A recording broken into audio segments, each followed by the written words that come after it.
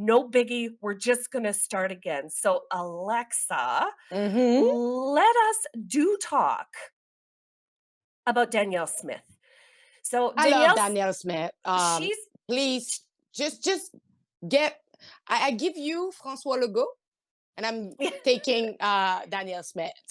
that is such a common sentiment in the province or in the country that Danielle Smith is the only true leader that Canada has right now.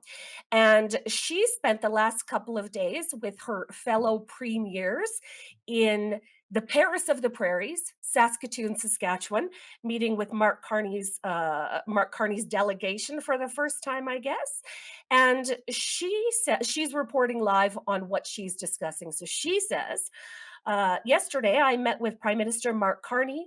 While there appears to be a desire to move forward with new projects, including a West Coast bitumen pipeline, a clear commitment is needed to act on barriers that have held back private investment. So, do we have a clip of Danielle Smith? Let's just give him a sec.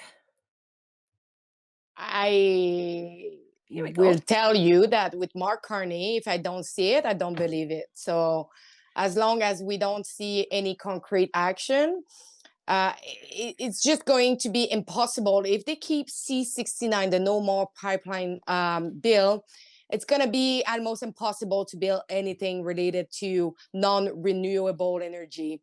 And so I'm not really confident that if Mark Carney continues to push this really aggressive net zero emission, I don't know how we can actually deal with Alberta in the West and building a more prosperous Canada. Yes, you're right. You're right. Do we have this video to play, guys? Why tie the Would issue it? of getting a commitment for an oil pipeline to national unity?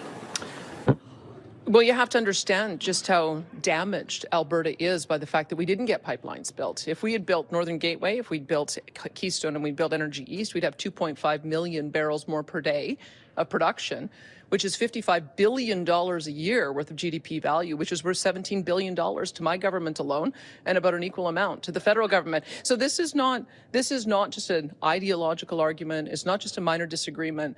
Oil is by far the most valuable export for Canada. Any of the projects that you will see on the ultimate list, I will tell you that a bitumen pipeline will be by far the greatest benefit to all of Canada. That's why we're going to continue to push for it, because it's a good project. It's good for our country. There's $9 trillion worth of value in discoverable and achievable reserves right now. And so why would you leave that in the ground? No other country in the world would, and we shouldn't either. No other country in the world would leave it in the ground, would they? But here comes Canada with all of their green initiatives and all Mm-hmm. of their, all of their climate policies and all of the damaging, deeply damaging policies that they've passed over the last 10 years that have done nothing but decimate Western industry and hurt the rest of the country. I think she has a great point that you know developing these resources would result in $17 billion for Alberta and $17 billion for the federal government. This would help the rest of the country. And yet we have a federal government that is completely committed to keeping it in the ground. Like, make it make sense. Make it make sense, Alexa. And you need to don't forget about the fact that Quebec is sitting in the biggest quantity of natural gas in the world that is not exploited. We are sitting in a really big quantity of oil. We are sitting on a major quantity of critical mineral. And what our premier have decided to do is to ban the exploration and exploitation of natural resources. So Hmm. right now we have a law in place us that we can't do anything. So I'm just really curious because I know that Premier Legault have recently said that he's going to look into building a new pipeline with Alberta. So he's actually looking into a new project with her. So the thing Huh. is, you don't have a lot of time, and Alberta need to act fast because we have next year we have our election, and François Legault will be out, Hmm. and it will be replaced by the separatist party that's called Parti Québécois. And I don't know, you probably didn't see their political policies, but it's a radical environmentalist agenda, anti-pipeline, and really is the most radical one I saw so far. It's like Is comparable to NDP. really. Yeah. So I don't know what's gonna happen. Probably you will just pass over or somewhere else that is not Quebec. I don't know. It will just make everything more complicated, I'm pretty sure. Huh, that's really interesting. So you're saying they need to put the gas on it. You're not alone in saying that either, because Danielle Smith actually said, and this is just so classic of her. She said, "I'm giving Mark Carney 24 hours." She is putting a hard and fast deadline on some of these actions because it's so easy for these politicians to kick the can down the field and say, "Yeah, we're working on it. Yeah, we're going to consult on it. We're going to Yep, we're working with we're consulting with Yeah. experts," and then do nothing in the end. And not Danielle Smith. She's put a 24-hour deadline on Mark Carney to make up his mind. There's an expression in English, crap or get off the pot. And that's what she's forcing him to do. And it's incredible, really, because if you want to get these things done and you want to get them done fast, they must be done on an expedited type of timeline. So it'll You be have no really choice. interesting. Yep. You have It'll no be really choice. Yep. It'll be really, really interesting to see what Quebec does. I mean, Alberta and Saskatchewan separation might just be the thing that Quebec needs to realize their potential. Because what they're doing now is capping all the production of their natural resources, all of them, and just taking bags of money from the West, and that's not fair to the West. So if Legault is saying that he's game for pipeline development through Quebec, well then we got to get shovels in the ground as soon as possible. Yeah, you need to act as soon as possible for stopping the next government in place to overturn the decision and say, oh no, we are not going to go further with that project. And we know that in Quebec, this is one of the major problem, that they are starting project, but after that, they are putting in place so much study if it's good for this or that. Right. And at the end of the day, after 10 years of study and reports and everything, there is nothing done. And so you see, it's the same thing with the tramway in Quebec that nobody wants, but they continue to do like all kind of study and look into like what is the best for Quebec. I think it's been like almost 10 years that they are looking into like that tramway that is about 28% of social acceptability. Nobody want it. It can't really work. Do you see Quebec under like the snow with the tram? It's just ridiculous. But anyway, it's just, we have the third link. We have two bridges that are collapsing at this moment that are not really trustable. And it's been how many years that we are looking into building either a tunnel or another bridge, but it seems like they are just wasting money. At this point, I think it's like corruption of money to just spend into like new study. And we talk about millions of dollars being spent for absolutely nothing. Huh. And so, yeah, you need to deal with, like, I would say McLean was kind of right when he was saying that Quebec is the most corrupt province in Canada. Nah. You think? Yeah, Oh, I yeah, think yeah, yeah. I think we can agree. I think we can all agree on that Quebec is the most corrupt province in the country. Oh, well, I do hope you can get it together. I do hope that they can get it together. No, Because impossible. yeah, well, You can't get everything together when you live in a socialist province where the government is actually paying for everything and taking care of everything of your life. It's ridiculous. Quebec, if you look at the system, it's literally based on socialism. huh. You know, there is a solution to this, Alexa, that we talked about in the lead up to the show before going live, and it is just to move west. Like, just come west, all of you guys. All of you common sense normies out there in Quebec and Eastern Canada, you just pack up your truck and you come to You Saskatchewan have a and Alberta. lot of Quebecers, especially in Alberta. There is a lot of Quebecers over there. Let's Um, go. We just need you. We just need you now. Come on. Like what's stopping you? Well, I mean, who would report on the corruption if Alexa left though? So we can't rob the people of Quebec from her presence. But one day, okay, that's the goal. That's the goal. One day we're going to get you guys to Western Canada. Okay, next up on the Rebel Roundup, we have a tweet from Andy Lee, our dear friend Andy Lee. And she says, a nice shot from Vesper Digital, three smarmy men smirking at a woman running a powerhouse province trying to cut red tape and increase productivity in Canada because it's 2025, right? So here's Danielle Smith facing off against Mark Carney, Marco Mendicino, and I don't have my glasses on, so I literally can't see who the other guy is. But anyway, let's safe to assume that he's a smarmy liberal staffer of some kind, senior minister of some kind. But there they are, all leaning in and trying to screw her over. And every woman on earth, Alexa, okay, who's has, that man? I don't need glasses, but I can't tell but you you who's. can't place him either. It's No. maybe if we had a headshot to maybe if we had a headshot to compare, we could tell you. But this is what Danielle Smith is up against. This is what Danielle Smith is up against. She is up against a wall of liberal men who are bound and determined to tell her no, while she's giving them lists, literal lists of initiatives that she needs them to either change their stance on with uh, significant amendments to current liberal policy or scrapping them altogether.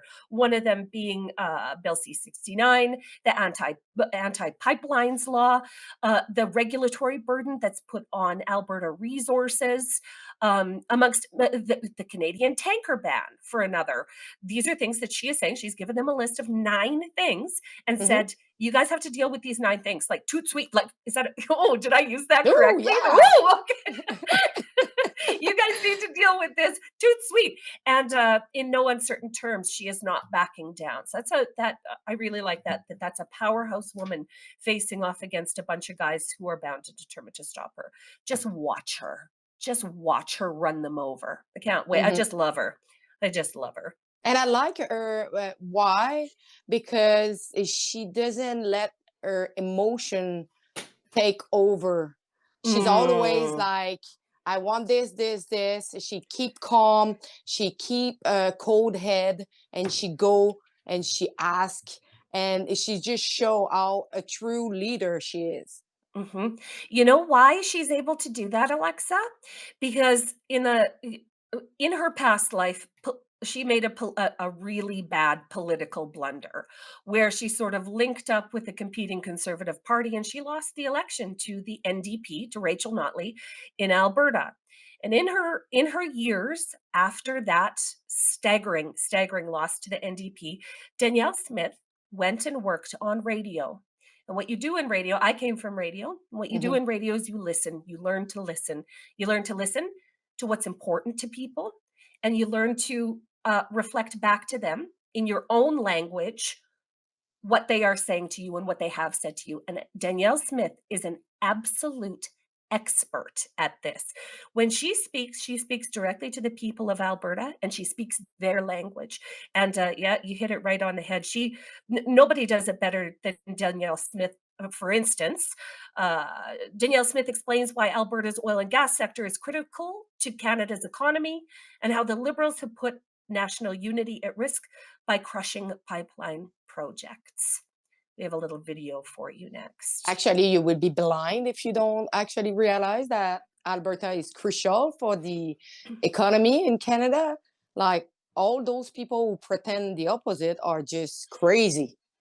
Yeah, it's true. How do you pay for all of the nation building projects if not for the development of oil and gas in Alberta and to a lesser extent, but equally important in Saskatchewan too? Do And we have a equalization payment.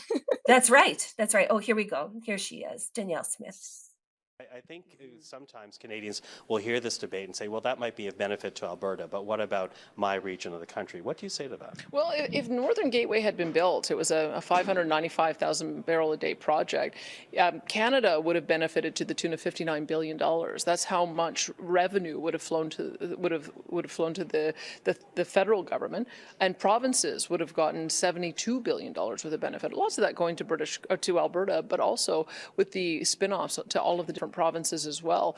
That's a lot of money that can go to build a lot of schools and hospitals and roads and infrastructure. And so that's what is the foregone revenue because that project didn't get built when it should have. When we look at that, along with Energy East, along with Keystone XL, it just magnifies it. We could have by now had 2.5 million barrels per day more of production. That's $55 billion worth of GDP value. And the split, again, we benefit at the provincial level almost as much as the federal government does. So when the federal government is able to get those dollars, they're able to share them in the rest of the country. And that's part of the value proposition about why we want to see those projects built. It's even getting more so as we start talking to each other about, well, if we need to build 42-inch pipe, where can we get that from? Who can produce it? Right now, I think there's only one place in Canada that can. So why don't we find a way to retool our factories so we can build more of the products that we need for those major projects in-house? And that's, I think, the really constructive conversation that's now happening across the country, is that if we have an American partner that doesn't want to buy our products anymore, how do we buy more from each other? And I think that that's going to be the other way that we have additional benefits. So maybe why you saw so much common cause. So here she is saying that there's $55 billion on the table, and we must just be brave enough to take it. Yeah. And by the way, I don't know if you remember, not long time ago, but if we had the pipeline that was passing across Canada, do you remember when Olaf Scholz came to Canada?